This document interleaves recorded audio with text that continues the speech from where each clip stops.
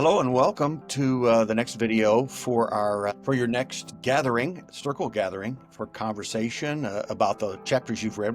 This time we're dealing with chapters 13 through 15, and we're calling this little time together Learning in Relationship. We recognize that there's certainly a lot of overlap throughout these chapters, and some of that is because of what we've learned about circular learning, spiraling rather than linear learning. We are coming around and revisiting concepts from a different angle in a different context. And so a lot of this fits together, but that's also really a piece of what reflective work is. We come back to things again and again with a fresh perspective on them because of what's happened in the in-between time. So one of the things that I want to start with this section of chapters is that real power of community and how learning happens together. And certainly learning can be an individual thing. It has been for me in much of my life. There are times when I've curled up with a book or sat down by myself with a documentary film or gone into the library to do some research and doing it all on my own. But so many of the things that we learn, their application comes in when we're back in community. And so the learning doesn't end. We don't learn and then apply. We learn and continue to learn as we apply, especially as we apply in community with other people in those relationships. As we learn that, oh, this thing that I thought was going to work doesn't work, but this person I'm working with has helped me understand why it wasn't working and helped me learn a better way to apply it. Our classrooms can be that kind of community. And I think having that balance and awareness of, have I given them some time for that individual learning, which needs to happen still, and have I created the space and the time and the tone for that community learning then also, and going back and forth between those two. One of the things that I liked about this section is when you get to chapter 14, it deals with conflict. Mm-hmm. And I think especially here in the Midwest, where we're from, people are pretty conflict avoidant. We want to just be that Midwest nice all the time. And I don't know that people realize that actually conflict can be a source of learning, and it can be a part of strengthening a community if we can learn how to move through it in a good way. Sometimes when a conflict arises, it feels like I'm in a position where I'm forced to take a side. And what we can actually do is step into that space in a way that will help both of us, our side, the other side, learn from each other. And if we can learn how to have those kinds of conversations, it can really transform what it looks like for our profession. And actually, we can teach that to our students as well. I think about, what does it take to step into a conflict? And for me, I think the thing that has been most useful in this is learning how to offer a question. We talk about open, honest questions in the circle of trust. If I can come up with a good question to lean in when there's a conflict, sometimes it can help us shift out of that combat mode and into a reflective mode where I'm not on edge feeling like I have to defend, but rather I can really think about my own perspective and where there might be room for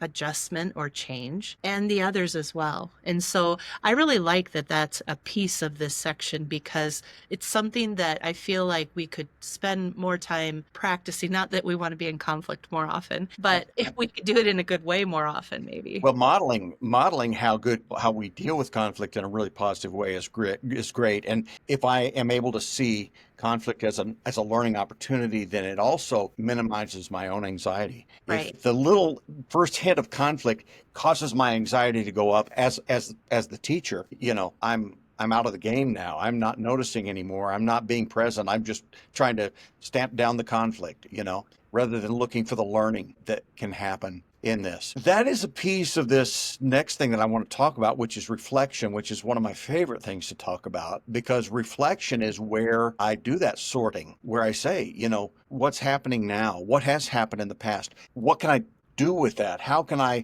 turn this thing that I'm slightly afraid of? I'm nervous about this student always brings this up and it becomes a problem in the class. How can I begin to see the learning, the positive opportunity that can happen. All of that is a piece of reflection. And it's hard to be reflective if I'm constantly trying to stamp out fires, whatever metaphor you want to use, whack the moles or whatever. You're just busy trying to react rather than being reflective so that you can respond out of a thoughtful, mindful place. But we've got to provide some time for silence, some time for pause, some opportunities to not be rush, rush, rush. And that's part of the problem.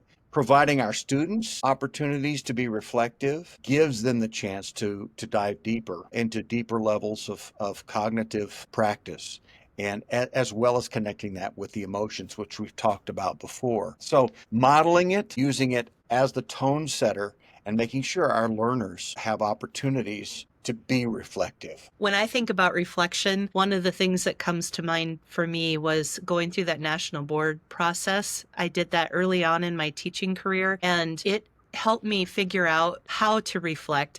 And one of the things I noticed when I did that reflection, we had to reflect in a variety of ways. Sometimes it was through our writing, and sometimes it was by watching videos of us teaching in our classroom, which, well, there are certain outfits I will never wear again because of that. No, but seriously, one of the things I noticed when I did the reflection with the video is that I was not including every student.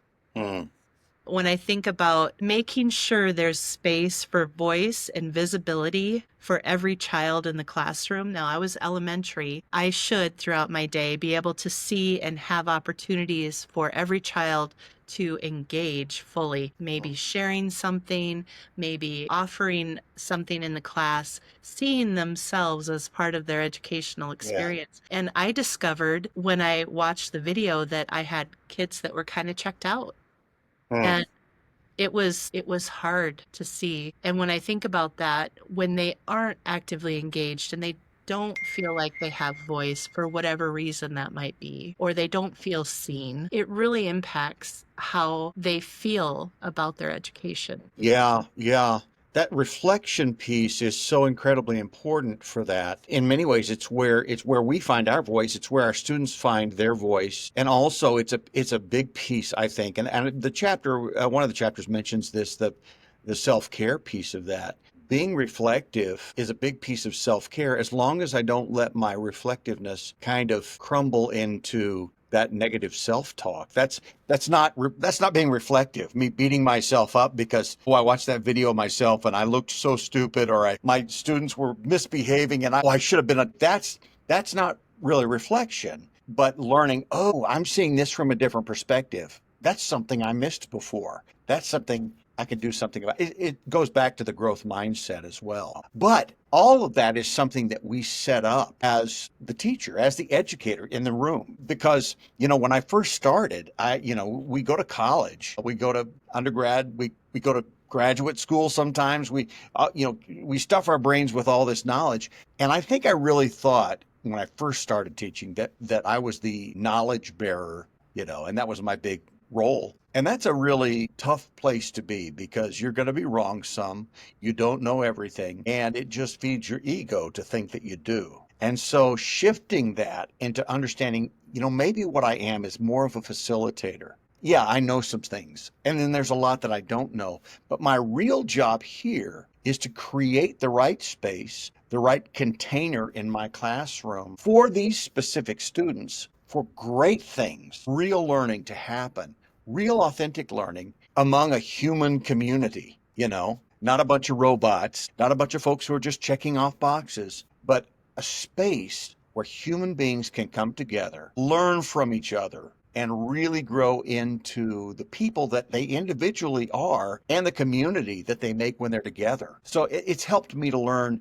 about teaching being more of facilitating than being the knowledge bearer. That's great. As we wrap up this section, we have a couple questions for you to consider again, remembering that these can be used as a jumping off point for discussion in your small group, or you can certainly use any of the reflection you've done over the last couple weeks or this period of time since you met last. A couple questions I would offer. How do I balance academic progress with relational depth in my classroom? Making sure that, yes, we have this requirement and this responsibility to make sure our students are constantly progressing academically, but is there a way I can make sure I'm balancing that also with the relationships that I'm forming? We talked briefly, Scott did, about self-care. There's a great poem in this section, chapter 15, I believe, where it talks about self-care, and the poem is actually titled Self-Care. And in that, a question that we could ask is, what does it mean